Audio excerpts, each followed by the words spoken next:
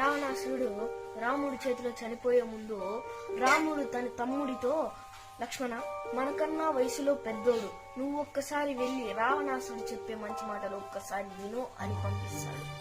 అప్పుడు లక్ష్మణుడితో రావణాసురుడు ఇలా అంటాడు: నీ అన్న కన్నా నేను ఎంతో బలశాలి, ఇంకా వయసులో పెద్దోడు. మీ అన్నకి ఒకే తల ఉంది, నాకు 10 తలలున్నాయి. నా దగ్గర ఉన్న రాక్షసులు కొండల్ని పిండి చేసే వంటి రాక్షసులు. మీ దగ్గర ఉన్న సైన్యం ఉత్తి కోతులు తప్ప ఇంకెవ్వరూ లేరు. నేను ఎన్నో తపస్సులు చేసి ఎన్నో దేవతల్ని మెప్పించి ఎన్నో వరాలు పొందినాను. నా లంక బంగారంతో నిర్మించిన లంక, మీ కోట ఉత్తి రాళ్లతో నిర్మించిన కోట.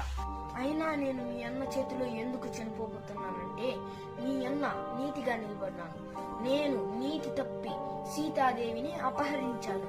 అందుకే నేను మీ అన్న